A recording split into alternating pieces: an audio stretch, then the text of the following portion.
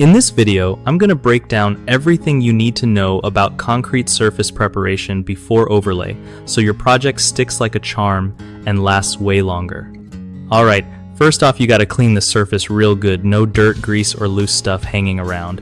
I'm talking pressure washing or even scrubbing with some heavy-duty cleaners if you need to. Next, roughening the concrete is key because it helps the new layer grip better, so using tools like grinders or shot blasting is the move.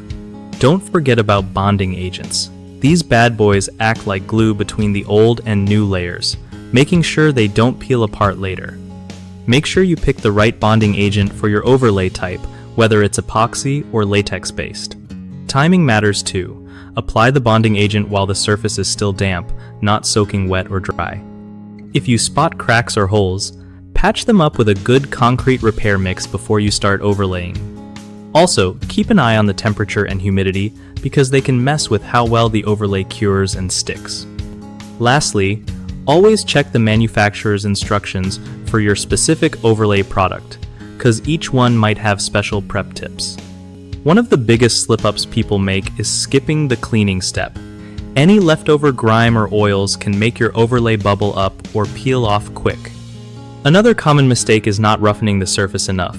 Smooth concrete is killer for adhesion, so don't half-ass it. Use a grinder or another roughening method. And thirdly, a lot of folks either overdo or underdo bonding agents. Putting too much can cause a weak, messy bond, and too little means the overlay won't stick right. The fix? Keep your surface clean, rough enough, and apply bonding agents just like the pros say.